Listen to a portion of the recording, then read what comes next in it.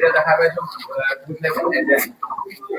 লৈ পেলাই কেনেকে ইয়াত থাকিব পাৰে এইটো নিয়ম ভংগ এনেকুৱা গোটেই অসমতে যদি হয় এই প্ৰভাৱান্বিত হ'ব এইটো উচিত নহয়। এই এনেকুৱা কামবিলাক কৰিয়ে ভাৰতীয় জনতা পাৰ্টীয়ে ৰাইজৰ ভোটৰ ওপৰত এটা হেঁচা প্ৰয়োগ কৰিব বিচাৰিছে। বাইদেউগৰাকী মই সুধিলোঁ আপুনি কোন হয়, তেখেতক ভিতৰলৈ অহা যোৱা কৰি থকা দেখিছিলোঁ। তেখেতে ক'লে মই BLO। এতিয়া BLOজন আচলতে চৰকাৰী হয়, ভিতৰত থাকিব লাগে।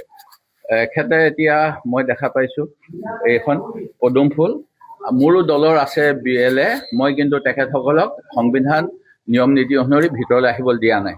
সেই গতিকে মই এতিয়া প্ৰিজাইডিং অফিচাৰ দৃষ্টিগোচৰ কৰিছোঁ যাতে পক্ষপাত মুক্ত নিৰ্বাচন হয়, পক্ষপাত দুষ্ট নিৰ্বাচন নহয়, তাৰ বাবে সুস্থ গণতন্ত্ৰ সংবিধান ৰক্ষাৰ বাবে যিহেতু ৰাজনৈতিক দলৰ প্ৰতীক এই পৰিৱেশটোৰ ভিতৰত আহিব নাপায়, কেম্পেইন শেষ হৈ গ'ল, এই পদুম ফুলজোপা ইয়াত থকাটো একেবাৰে উচিত নহয়। মই প্ৰিজাইডিং অফিচাৰ কৈছোঁ তেখেতক এই কেম্পাছৰ বাহিৰ কৰি দিব। আপুনি বাইদেউ নামটো কি বাইদেউ? মণিকা দাস। তেখেত ভাৰতীয় জনতা পাৰ্টীৰ কৰ্মী। তেখেতে ইয়াতে আহি পেলাই পুৱা 7টা বজাৰ আগৰ পৰাই কিবা কিবি কৰি আছে, যিটো উচিত নহয়। তেখেতসকলক মই দেখা পাইছোঁ 3গৰাকী ইয়াত সোমাই আছে। এখেতৰ চক 4টা বেগ লৈ আছে।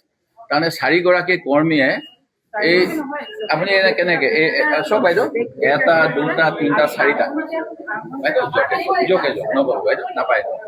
গণতন্ত্ৰ নিয়ম নহয় বাইদেউ, নিয়ম নহয়। ৰখীয়া হলেও ইয়াত নহয়, বাহিৰত হ'ব লাগে। মই মোৰ মোবাইল ফোন কেইটা বাহিৰত নিয়ম নহয় বাইদেউ।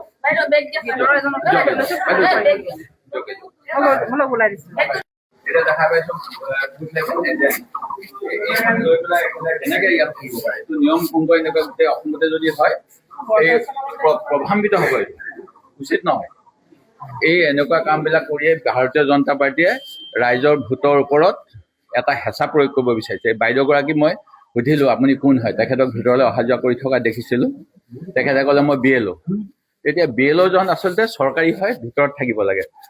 এখেতে এতিয়া মই দেখা পাইছোঁ এইখন পদুম ফুল মোৰো দলৰ আছে BLA, মই কিন্তু তেখেতসকলক সংবিধান নিয়ম নীতি অনুসৰি ভিতৰলৈ আহিবলৈ দিয়া নাই।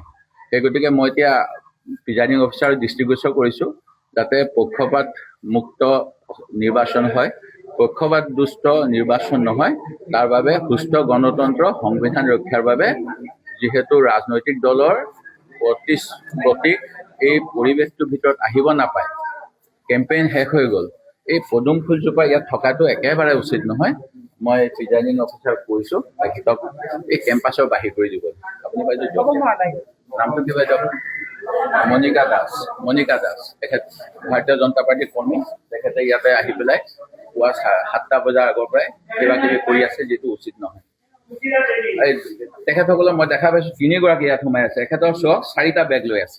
তাৰমানে 4গৰাকী কৰ্মীয়ে এই আপুনি এনে কেনেকে চব বাইদেউ 1, 2, 3, 4টা বাইদেউ জকে নবল বাইদেউ নাপায়।